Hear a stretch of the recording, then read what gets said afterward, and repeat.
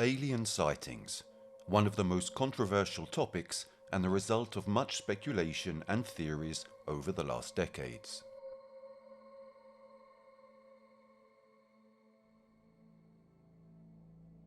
Thousands of people around the world, sometimes even people we know, claim to have seen something impossible, something that left them in disbelief, something so incredible as to make them doubt their own eyes. Something that seems not to belong to our world, unidentified flying objects. The boldest of these quickly grabbed their smartphones and their cameras, stealing shots of these phenomena, as if they were so incredulous as to want tangible proof of what they themselves saw. But it cannot be denied that among these people there are also charlatans, characters with delusions of protagonism, or sometimes even people who are simply not aware of the natural explanation of the meteorological phenomenon they have witnessed. Skeptics hastily dismiss any evidence or facts presented to them, relying precisely on these bogus testimonies.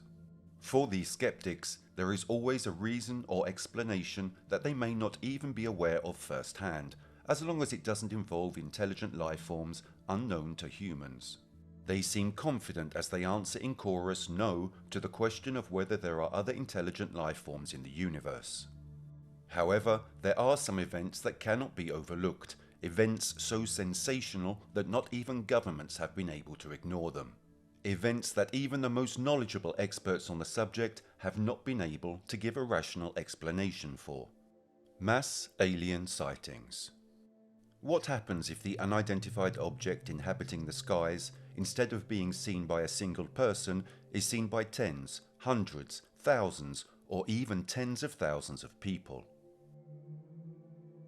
The witness accounts of sightings of unidentified flying objects date back to the mists of time. People have always told stories of encounters with strange and mysterious beings from other worlds. The first official reports of UFO sightings were recorded in the 20th century, but sightings are likely to have been much more frequent in human history. There are several documented cases where people have seen massive formations of UFOs, usually consisting of dozens or even hundreds of flying saucers. In some cases, these are probably collective hallucinations, but in others, they could have been actual sightings of aliens. March the 13th, 1997. Tim Lay and his son Hal are returning home after visiting family friends. It's the evening and it's after 8, their usual dinner time. If they don't hurry to get home, Bobby, Tim's wife, will be angry. Perhaps this is the reason that neither of them has yet realized what is happening right above their heads. The car turns into their driveway and stops.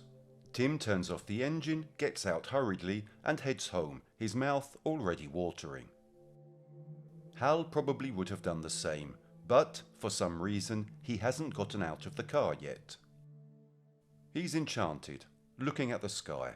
His father, a little annoyed, follows the direction of his son's gaze, and it is at that moment that he is frozen to the spot. In the starry sky, not far from where they are, a formation of 5 lights arranged in a triangle advances. A few minutes later, Bobby comes out of the house and joins them, staring into the sky. The three are eyewitnesses of one of the most famous and controversial mass UFO sightings. It is the night of the Phoenix Lights, and like Tim, Hal and Bobby, tens of thousands of people are standing in their driveways, silent, observing the sky and those strange lights. Unnatural lights that capture their full attention. But what happened in Phoenix is just one of the many documented events in which a large group of people witness an inexplicable phenomenon attributable to intelligent life forms from another planet. Florence, October the 27th, 1954. The friendly match between Fiorentina and Pistoiese is being played at the stadium, when a whitish material of unknown origin begins to rain from the sky, baffling the over 10,000 spectators and causing the game to be halted. Brussels, March the 30th, 1990. More than 13,000 people witnessed something inexplicable. In the sky above them, 4 lights of intermittent red, green and yellow that are brighter than the stars flash in a triangular pattern. Perfectly synchronized, they rocket at an estimated speed of 1,050 miles per second, an unbearable speed for humans, to then split up and disappear in different directions. These phenomena, like many others, have been so evident and conspicuous that not even the most skeptical have been able to ignore them. In these circumstances, even governments find themselves having to publicly investigate the facts. Professionals and experts of all kinds are called upon to express their opinion or to try to formulate hypotheses and theories. Often the cause of these inexplicable events is attributed to military exercises or meteorological phenomena, until a sufficiently comprehensive explanation is found or public opinion turns to other issues. For example, after the episode in Brussels, the explanation that was given was that the lights were actually helicopters, which seen from a certain angle would have deceived the spectators. There are even those who dismiss the event as a mass hallucination. But something doesn't add up. Tehran, September the 18th, 1976. At 11 p.m, the Iranian Air Force received several reports from the terrified population. Something is flying over their heads. Lieutenant Jafari is on base that evening.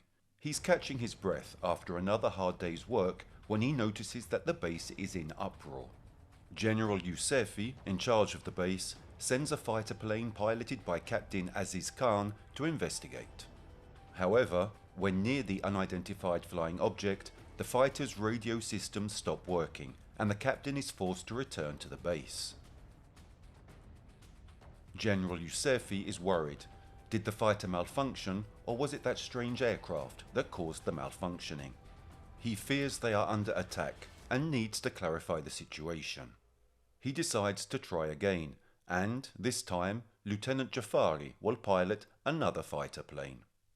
Courageous, Jafari has no objections. He takes off and heads towards the objects. As he approaches, the light becomes more and more dazzling, so much so that the pilot cannot distinguish a structure or a shape. However, he notices that the light is intermittent, red, green and orange. Slowly the objects, 4 in all, separate from the main one. When Jafari passes any of them, his equipment seems to go crazy, but he keeps a cool head and keeps getting closer. Suddenly one of the objects shoots towards him, like a missile, as if it were attacking him.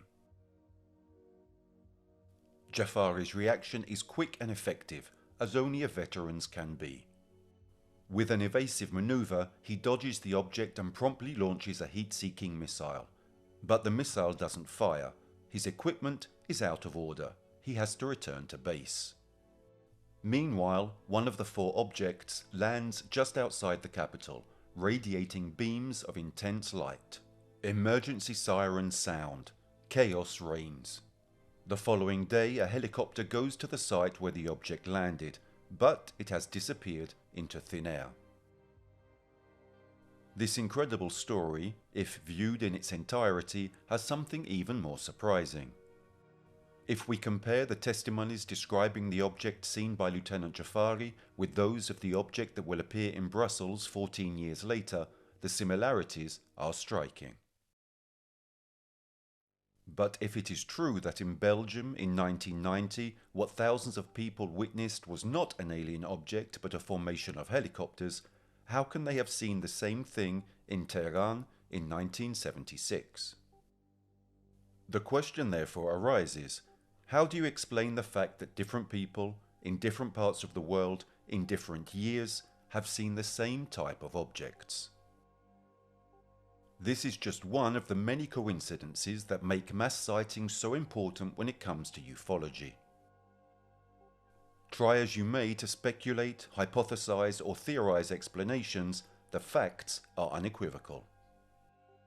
Many, cornered in the face of these conclusions, find the only possible solution to the dilemma in defining these phenomena as mass suggestions. the psychosocial UFO hypothesis. In practice, it is theorized that these sightings are the result of mass hysteria. Therefore, all the people who witness these events are actually influenced, and therefore their testimony is not reliable. In fact, science has repeatedly demonstrated how the power of the human mind is formidable and capable of doing things we are not even aware of. Mass hallucinations, however rare, have been shown to exist and to have occurred, but always under one condition: external suggestion. That is, if a group of people is convinced that there are UFOs in the sky, it is possible that these objects will be seen, even if they are not present. However, this is exactly where paleo-ufology comes into play. Paleo-ufology is the branch of ufology that studies ufological phenomena in the history, even the most remote, of humanity. Indeed, before the internet, smartphones, television or cinema, there are records of unidentified flying objects in the sky. But if today people can be influenced by the media, the internet, or by the stories of others about aliens, the testimonies coming even from ancient Greece cannot be the result of the same suggestion. In the past, the idea that other forms of life could exist in space was not even contemplated. The men of the times, as some still seem to do today, believed that they were at the center of the universe and that they were the only ones who existed, the favorites of the gods. What these men saw in the sky and reported in the writings that have been left to us cannot be the result of external conditioning. Over 2,000 years ago, in ancient Greece, General Timoleon was called to free Sicily from the tyrant Dionysius the Younger. He is sailing with his fleet when, looking at the sky, he sees something that he cannot understand, something that strikes him so much he feels the need to leave a written record for posterity. In fact, above the Greek fleet, what he calls a torch flies in the clear sky of the Mediterranean Sea. Surely the Greek general had not undergone any kind of suggestion, let alone a religious one, which could make him imagine seeing something in the sky. Here too, many object that everything concerning paleo-ufology, being often testified only by ancient texts or paintings, does not have sufficient details for the phenomenon to be analysed with precision. Without careful analysis, it is impossible to give a rational explanation, and the testimonies of the past are therefore dismissed as unreliable. But if we try to apply the same method to the story of Timoleon that we applied to the testimonies of Tehran and Brussels, we can discover something incredible. Sasolburg, South Africa, November the 18th, 1993. It is 10 p.m. on an ordinary evening when Messieurs Duplessis and Venter observe what appears to be a cigar irradiated with red and orange light fluttering madly in the skies above their heads. In 1993, an object that looks like a cigar can easily, in Timoleon's ancient Greece, where cigars didn't exist, look like a torch. Haven Broad, Wales, 1977. The city and its inhabitants are in turmoil. Many claim to have seen something in the skies, among them 14 elementary school children. The children are invited to draw what they have seen, and surprisingly, all the drawings, as well as the witness accounts, match. A cigar-shaped object, which emits flames of all colours. February 1946, Sweden. About 2,000 sightings of unidentified flying objects are reported. The description is always the same. Tapered objects with orange lights in the rear. Witness accounts with frightening similarities to the previous ones. It is very difficult to explain almost identical sightings from all over the world over a time period that varies by almost 2,500 years. What we can certainly exclude is that Timoleon in ancient Greece was influenced by the stories of others and imagined everything.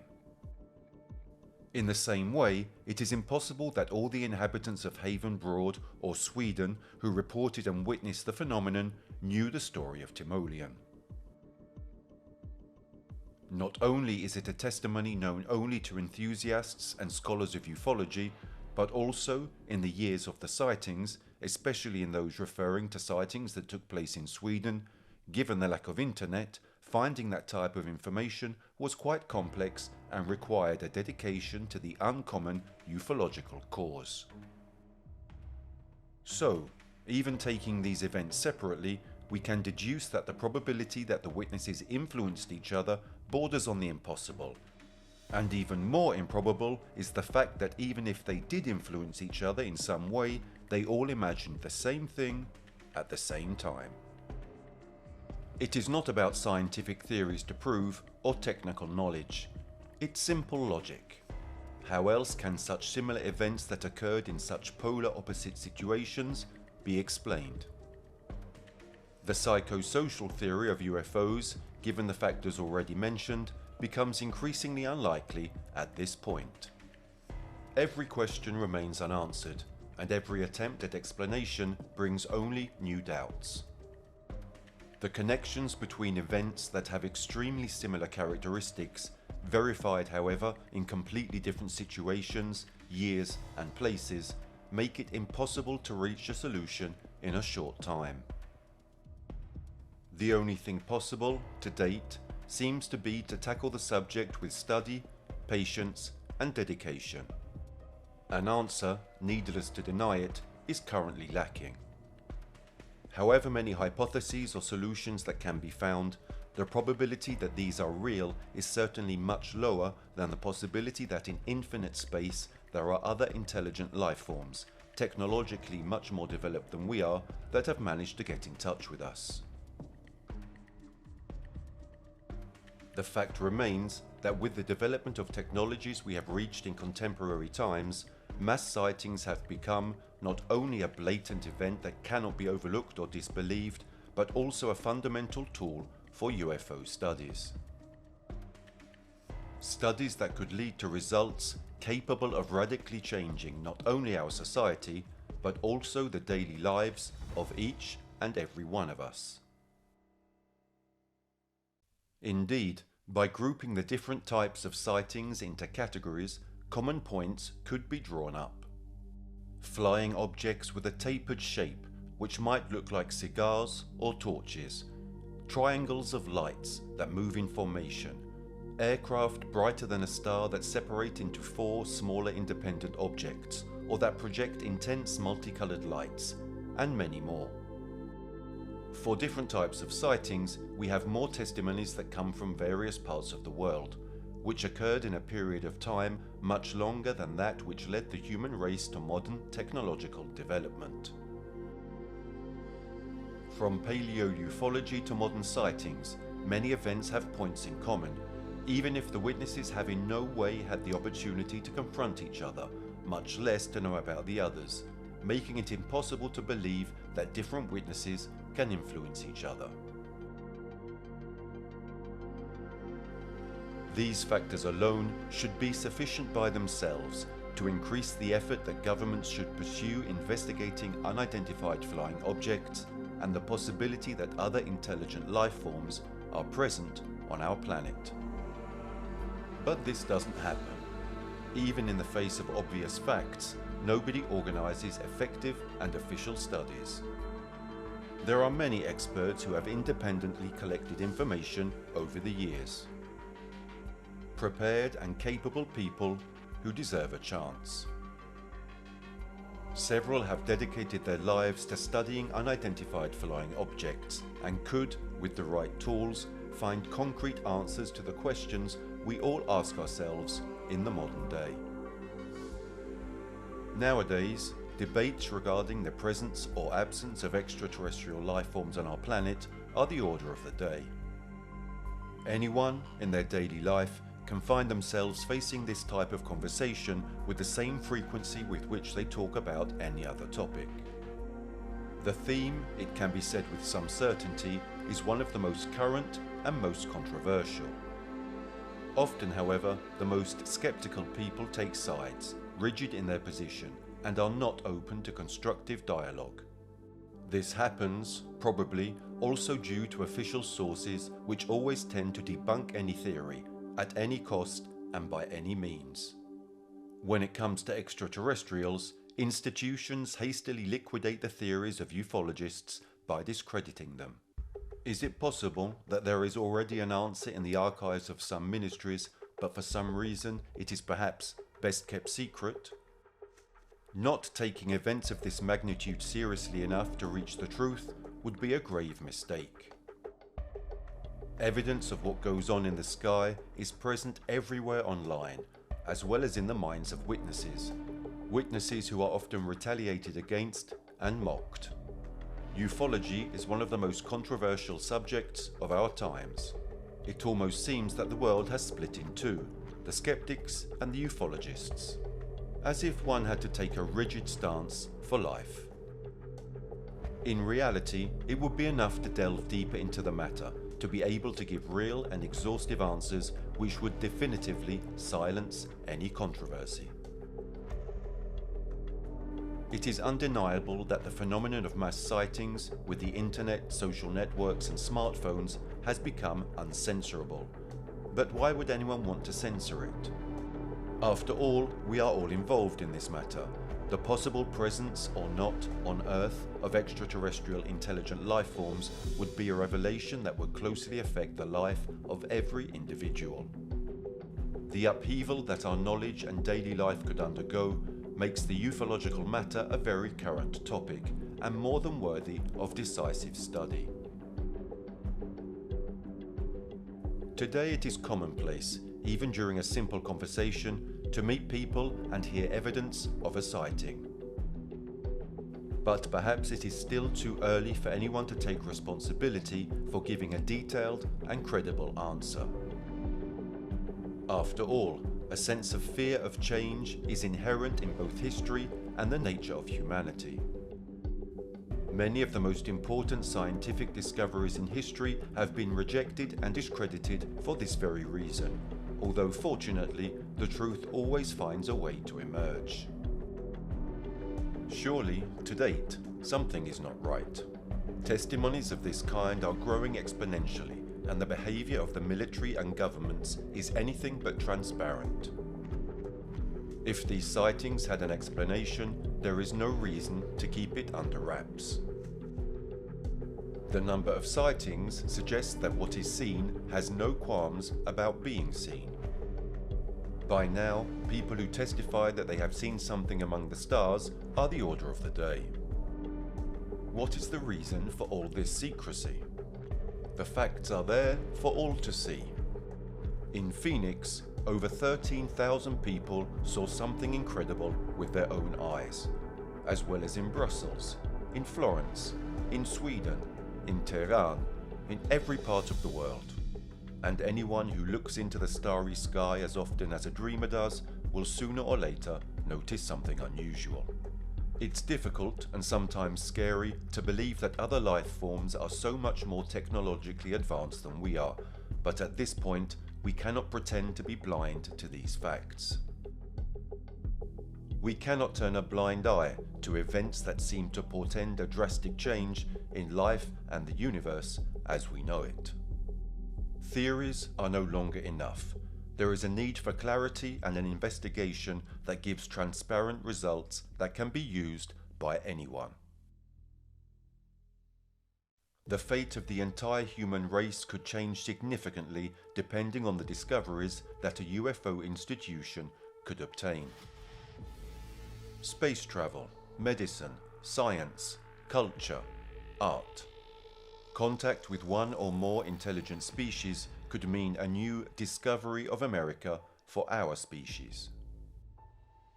When Christopher Columbus wanted to find a new way to the Indies, he was marginalized and considered a madman, until someone gave him the confidence and the necessary means to follow his theory, and the impact this had on all of humanity was incalculable. An encounter with one or more extraterrestrial races could probably have the same impact. we could acquire the knowledge to solve the most pressing problems our species is facing. Overcrowding, scarcity of natural resources, pollution and disease could all be solved thanks to superior knowledge in technology and science. But in ufological matters, there seems to be a deliberate intention to remain in ignorance. After all, curiosity, our hunger for knowledge, exploration, our need to know are what have led humanity to be what it is today. In the name of progress, we have always been willing to sacrifice everything, but in this case, there seems to be something different, something that slows down the spirit and the hunger for knowledge that distinguishes our species. Maybe somebody has the information that can explain the reason why it would not be wise to investigate these phenomena, but it is not clear whether these reasons exist and why they should be kept hidden. The fact that in the face of such obvious events no one comes forward to give a real, exhaustive explanation could perhaps mean that governments prefer to prove themselves clearly unreliable and inconsistent, rather than reveal classified information, even if we must consider the possibility that these governments are actually as ignorant as we are of the events, but in this case, even more so, not investing in studies on ufology and trying to understand what manifestations of unidentified flying objects, sometimes even threatening, are due to, seems at least an irresponsible attitude.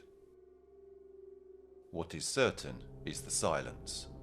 A veil of silence that seems conspiratorial falls on obvious facts. In Phoenix, unnatural lights appear in the sky that are seen by a large part of the population, and this fact is progressively diminished. Vague explanations follow. The lights were initially due to military aircraft in formation, then to a series of long-lasting flares that were launched by 4 military aircraft. Even if the times, shape and trajectory of these exercises do not coincide with this explanation, it is still taken for granted. When in Florence, strange irregular sleet rains down from the sky, an event so striking and shocking as to force the suspension of a sporting match under the eyes of tens of thousands of people, the fact is attributed to ballooning, a migration technique used by some spiders. Through their glands, they create whitish filaments with which they form a sort of net, which is then used as a parachute. But if that really were the explanation, it is not clear why the phenomenon has not happened other times, before or after, over the years. And even if it had been an exceptional case, it does not explain the fact that the day on which the event occurred does not coincide in any way with the period in which the aforementioned spiders should migrate. When the Brussels lights are seen moving in formation, with a synchrony impossible for any man-made vehicle at a speed that the human body cannot even sustain, the cause is attributed to helicopters, seen from a particular perspective.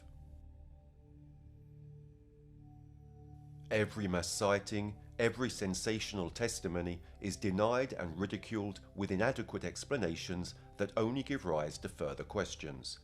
But if there is an explanation, it is not made public. These are just some of the most striking mass sightings to which implausible explanations have been given, which are, objectively, completely flawed. But in reality, there are many others.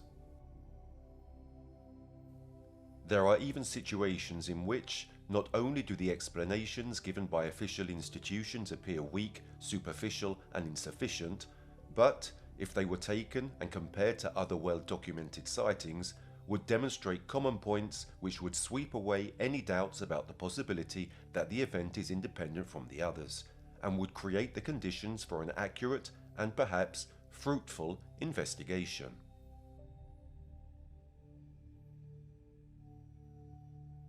November 2nd, 1963. It is a quiet evening in the police station in Levelland, Texas, where Agent A.J. Fowler is quietly doing his paperwork. At 11 p.m. he receives a very particular phone call, a phone call that will be only the first of many other equally particular ones, and which will lead the agent to become alarmed to the point of forcing him to start taking all of the reports seriously. When he picks up the phone, an incredulous voice answers from the other end, the voice of Pedro Salcedo. The man sounds embarrassed, but scared at the same time. He knows what he saw, but he can't believe it, and maybe he really wouldn't believe it were it not that his colleague Joe Salas also witnessed the same event. The two men are agricultural workers who were returning home with their truck when about 6 kilometers from Levelland, a blue flash lit up the sky, catching their attention. Suddenly, as if in response to that light, the truck stops working. The rest of the event happens in a few endless seconds. A rocket-shaped object shoots out of the light and approaches the car with the two men inside. Mr. Salcedo, incredulous and terrified, jumps out of the truck, while his colleague, Salas, remains paralyzed in the passenger seat. An infinite instant of hesitation, and the rocket shoots away, giving off a gust of wind, which makes the truck tremble. Once the object disappears over the horizon, the truck starts up again, as if nothing had happened.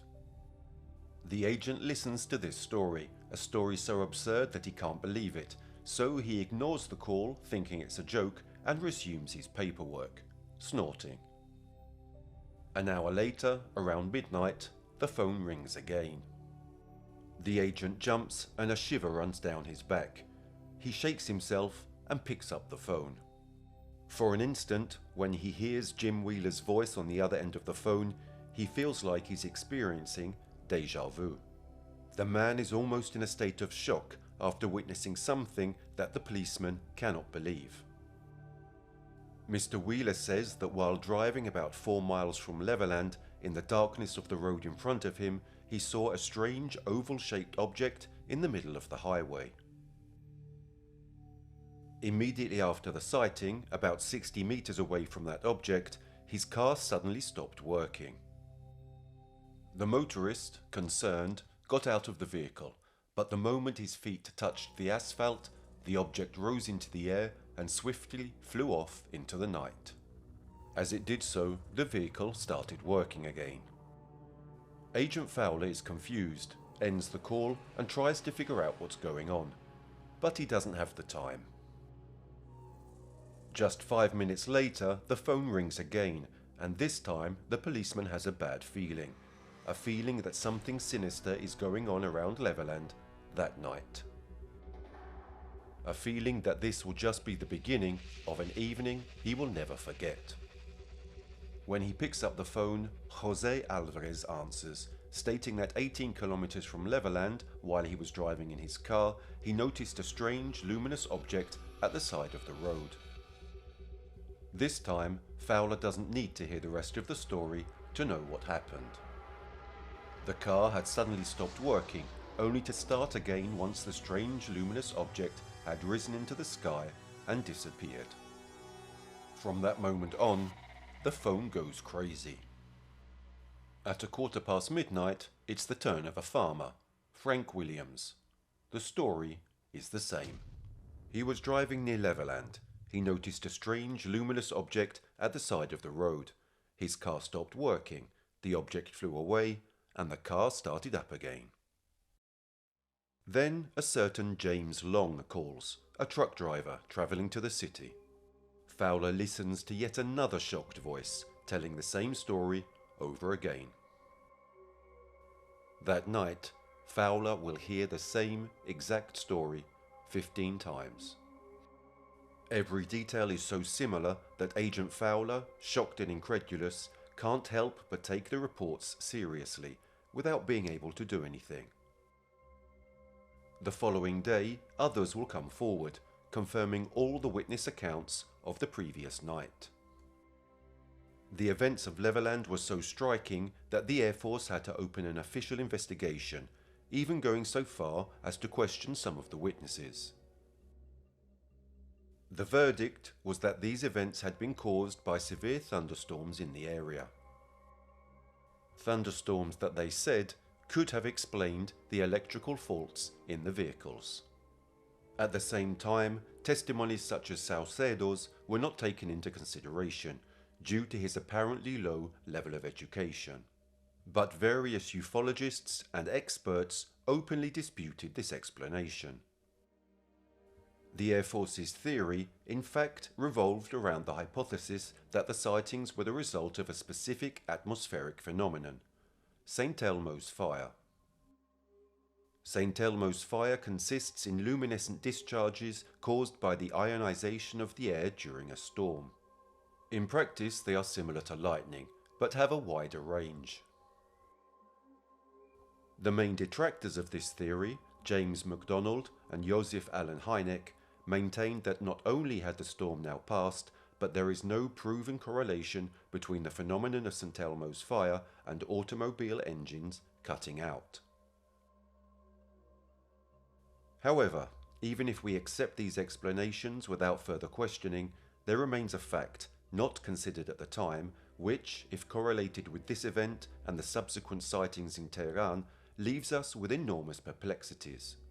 How can one ignore that these events are connected? It certainly cannot be said that the same series of, to say the least, improbable coincidences that would have taken place in Levelland could also have taken place in Tehran, in completely different circumstances.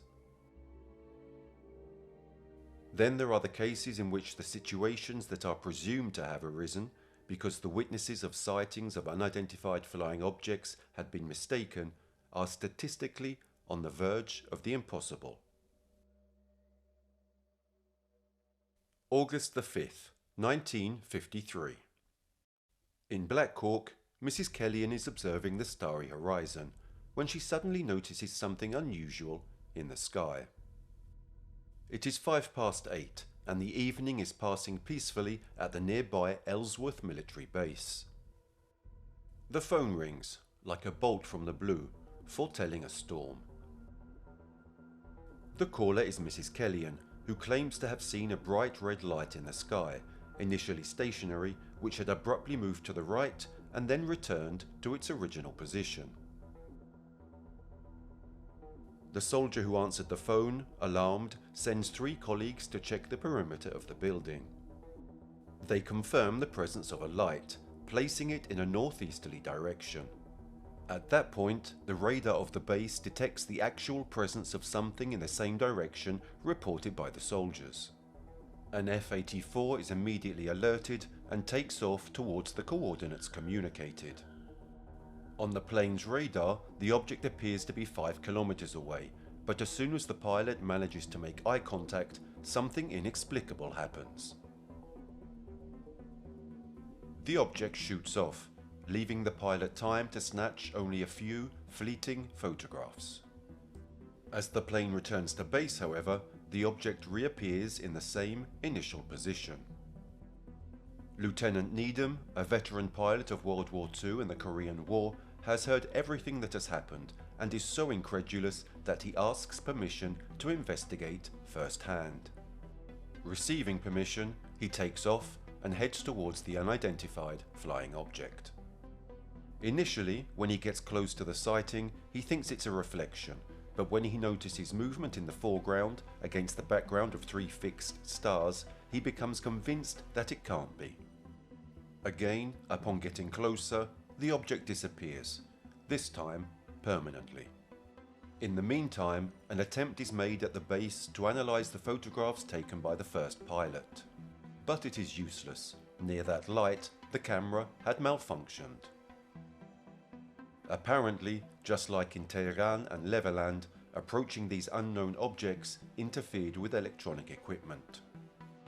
The explanation given to this event is far from simple, so much so, in the eyes of many, it appears to be a considerable stretch of the imagination.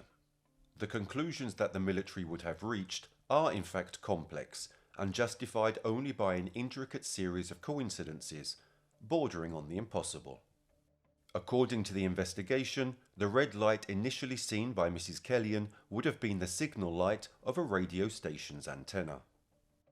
The 3 soldiers sent to check outside the building would have seen a meteorite.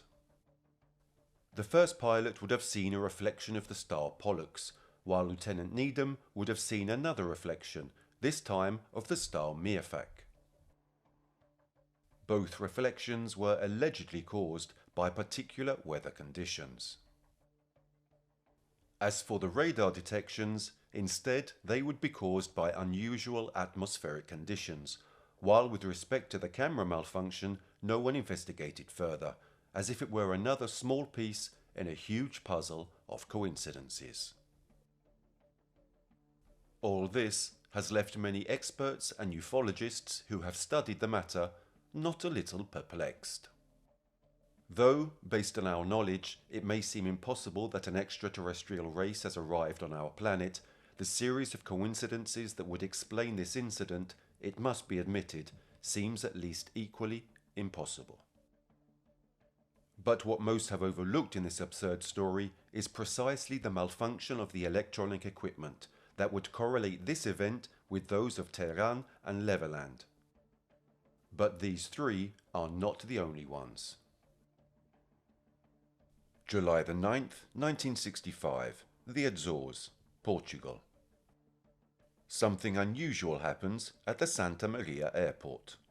To the amazement of those present, a cylindrical aircraft flies over the airport, causing the electronic equipment to go haywire. This is an extract from the local newspaper, which reported the incident. An airport spokesman, Saturday, said a mysterious flying object apparently stopped all electromagnetic watches at the Santa Maria airport when it flew slowly over this island on Friday. He said a white cylindrical object was seen flying northwest at an altitude of 33,000 feet, and attempts to identify it were unsuccessful. Once again, an unidentified cylindrical flying object causes electronic equipment to malfunction. At this point, it is necessary to question and investigate thoroughly to understand how these events are related. The sightings in question have too many things in common for them to be ignored as a whole and just analysed individually, as, up until now, has been done. When it comes to ufology, in modern times, differences must be set aside.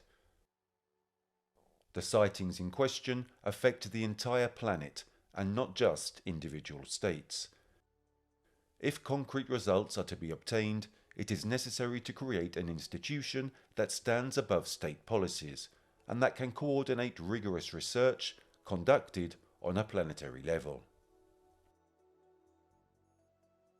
Mass alien sightings, it must be said, are often inexplicable events. This is due to our limited knowledge, which can give rise to misinterpretations. But wanting to give a rational explanation at all costs, while being aware of the impossibility of doing so, is a deleterious attitude that will never lead to real growth, nor a widening of our knowledge. In antiquity, if we go back to the remotest periods of human history up to prehistoric times, we can see that man has always tried to give an answer to phenomena which, due to insufficient knowledge, he could not explain. Once, prehistoric men would observe the sky, seeing incredible spectacles such as lightning, and became convinced that an angry deity was behind those phenomena. Perhaps in the starry sky resides that sense of wonder and childish curiosity that has led man to evolve and seek answers to ancestral questions. The moon, stars, clouds, lightning and rain. Today we know what all these phenomena are, and we take the explanation for granted. But if there is one thing that man has always been guilty of, it is haste, the urgent need to find an answer. Although history teaches us that only with patience and analysis can the unequivocally right answers be found, still today, as soon as something happens that escapes our knowledge, we settle for the most improbable solutions. A cyclical trap into which we continue to fall, like naive children obsessed with a curiosity, which, albeit genuine, deceives us, leading us to misguided conclusions, taken at face value only because a more irrational explanation seems impossible to us. If we talk about history, in particular the most ancient, Paleo-ufology, which we have already mentioned, helps us once again with respect to this kind of reflection. That branch of ufology that analyzes the testimonies, purely written or figurative, of the presence of extraterrestrial life forms as visitors to our planet. In fact, if we rely on the well-documented studies of ufological experts, we can easily understand that already in ancient times, man was aware that a technologically advanced being presided over the skies. Take for example one of the oldest testimonies, the 10,000-year-old rock paintings found in a cave in the Charama region of Kanka district in the tribal region of Bastar, India, by Indian archaeologist J.R. Bhagat. The paintings seem to depict beings from another planet. The findings suggest that humans in prehistoric times may have seen or imagined beings from other planets, which still creates curiosity among people and researchers today. Extensive research is needed for further discoveries. Chhattisgarh does not currently have any experts who can shed light on the matter, the archaeologist told the Times of India. It would seem, therefore, that already in the most ancient of times, our ancestors had to deal with civilizations from another planet. Unfortunately, the type of relationship that men of those times had established with these presumed visitors is unknown. However, going fast forward in time, we have other finds that can help us understand how the relationship between humans and these unknown civilizations evolved. There are numerous illustrations, sculptures, and written testimonies, some even contained in the Old Testament, which would attest to a close relationship between the most ancient civilizations and an extraterrestrial race. From the evidence we have, in fact, we can understand that not only were our ancestors aware of the existence of this extraterrestrial race, not only that they even lived in close contact with these beings, but also that they were considered divinities to all intents and purposes. This could demonstrate how our knowledge in the field of ufology, instead of progressing, has progressively regressed, leading us today to a ruthless skepticism. When it comes to aliens, what we are doing, discrediting the theories of the presence of extraterrestrial races, is not so different from what past societies, like that of the Sumerians, did, which seem to have idealized these technologically much more advanced civilizations by elevating them to gods. The only difference is that today, perhaps due to a greater pride and a sense of absolute superiority and arrogance, we cannot accept that there is a civilization that has outclassed us from a scientific or technological point of view. So if they were once gods, in our desecrating contemporary society, their existence is not even admitted, and what happens before our eyes is ignored and is classified as fairy tales or urban legends. All we have today is information scattered across the web by individual citizens who refuse to be marginalized and ridiculed. Subjects individually try to put together the pieces of a mosaic which is much larger than themselves, driven by the insatiable curiosity of those who want to get to the truth at all costs.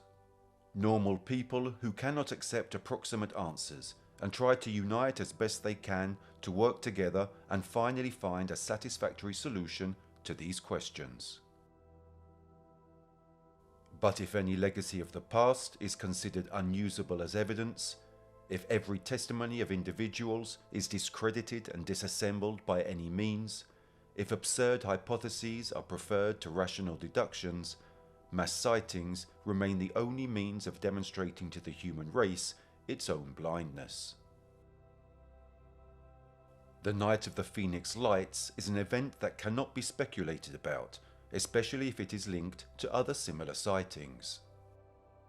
The strange snow that fell on Florence on October the 27th, 1954 is an established fact, and there are numerous elements of proof of what happened, as well as the memories of thousands of people, and everyone is aware that the explanation provided is not tenable. There are too many gaps and too many commonalities in different groups and types of sightings for skeptics to still try to give an explanation based on the insufficient knowledge we have. Of course, it must be admitted that there have been false reports and false witness accounts.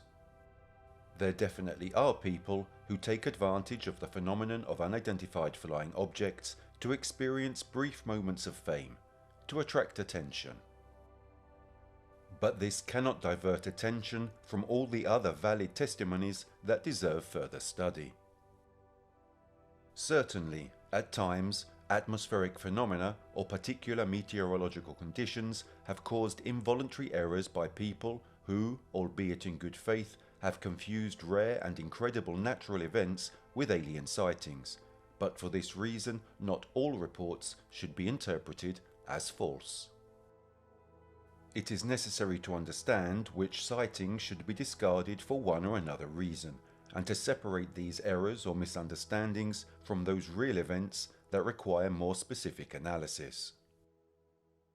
Only in this way can ufology be transformed into a field of research that is as exact as possible, so that the phenomenon of unidentified flying objects can be studied with the seriousness it deserves, and finally, over time, it will be able to reach a real and definitive conclusion. Having a closed and oppressive attitude is certainly not the most appropriate solution to deal with the problem. The media circus and humiliation which ufological experts are sometimes subjected to is often due not only to widespread ignorance, but also to the fact that these same experts are often forced to formulate their theories without adequate tools. Tools that could bring information and evidence to support their thesis. There may be some experts who exploit the theme of ufology to gain notoriety, but one cannot therefore think that every student of unidentified flying objects is a charlatan. Often those who report the sightings are more than respectable people who have gained nothing by telling the truth, except a series of rude and negative names ranging from mythomaniac to crazy. It is enough to listen to Lieutenant Jafari's statement to understand that we are dealing with a serious person, a person who carries with him real concern for what he evidently saw with his own eyes. His furrowed brow, his rigid and rigorous bearing, and his calm and authoritative voice leave no room for lies or trifles. It is enough to see him recounting what he witnessed firsthand to convince us that the man is not lying. He has not had a vision, and he just wants somebody to clarify what unequivocally happened.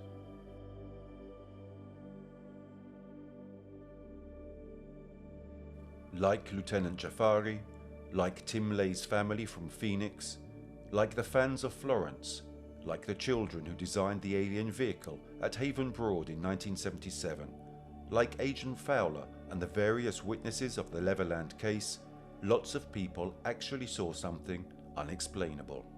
Lights in the sky, unidentified flying objects in the shape of a cigar or emitting flashing lights, moving at speeds impossible for us humans and separating in different directions, malfunctions of electronic equipment due to proximity with previously unseen aircraft.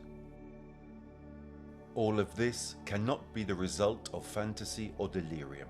All of this cannot be forgotten or underestimated. One cannot continually resort to wild hypotheses, such as the psychosocial theory of UFOs. More than 2,000 years ago, General Timoleon left us a fundamental testimony that discredits the thesis of mass suggestion as regards a whole series of sightings that have more than a few elements in common with each other. It is practically impossible that starting from the cave paintings of prehistoric times to the ancient civilizations of Mesopotamia, South America and Asia, passing through the ancient Greeks and Romans, then the Middle Ages and the past centuries up to today, all the information and sightings are a figment of the imagination of some particularly suggestible subject.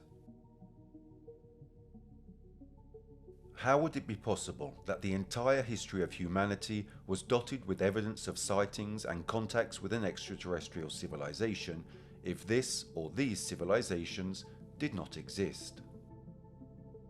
Mass alien sightings have been reported throughout history and continue to be a source of fascination for many. Ufology has become an increasingly popular field of research as more and more people are interested in the possibility of alien life.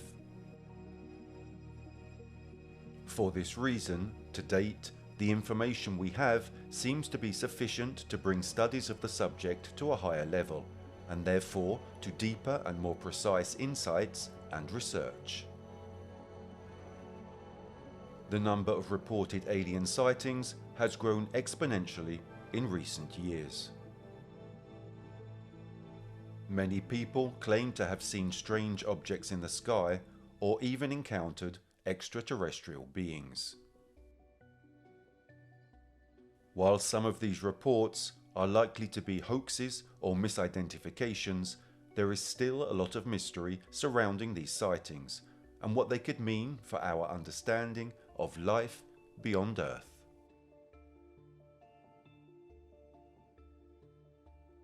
The debate surrounding mass alien sightings has been a long and ever-evolving one.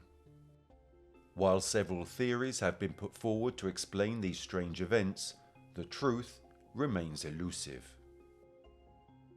Despite numerous advances in technology and science, we still find ourselves without concrete answers. Ultimately, only time and further research will tell us what is really behind these mysterious sightings. Meanwhile, it is clear that mass alien sightings remain of great interest to many. For some, it is a matter of intrigue and fascination. For others, it is a deep source of fear and uncertainty. Aliens, real or imagined, have the ability to captivate the minds of millions, so the mystery of mass alien sightings is unlikely to be solved anytime soon. Nonetheless, progress is being made. Finally, it seems that modern society is shaking off the bigotry of the past and is progressing, united, towards a real answer. A positive signal in this field was given by the SETI project, the Search for Extraterrestrial Intelligence, more commonly known as SETI, is the ongoing effort to detect signals from intelligent extraterrestrial species. The project was designed by scientists to search for evidence of intelligent life beyond Earth. The SETI project uses radio and optical telescopes in an attempt to pick up any kind of signal from a distant star system, with the hope of finding signs of extraterrestrial intelligence. Surely this cannot be considered sufficient and does not in any way resolve the doubts, perplexities and questions related to mass alien sightings. However, it can certainly be considered a first step towards the establishment of an official institution that performs a constant and rigorous study of ufology.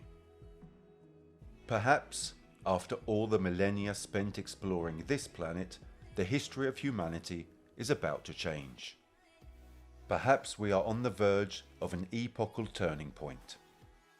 Finally, after having contemplated the starry sky and fantasized about its mysteries for thousands of years, the answer could come from the heavens themselves.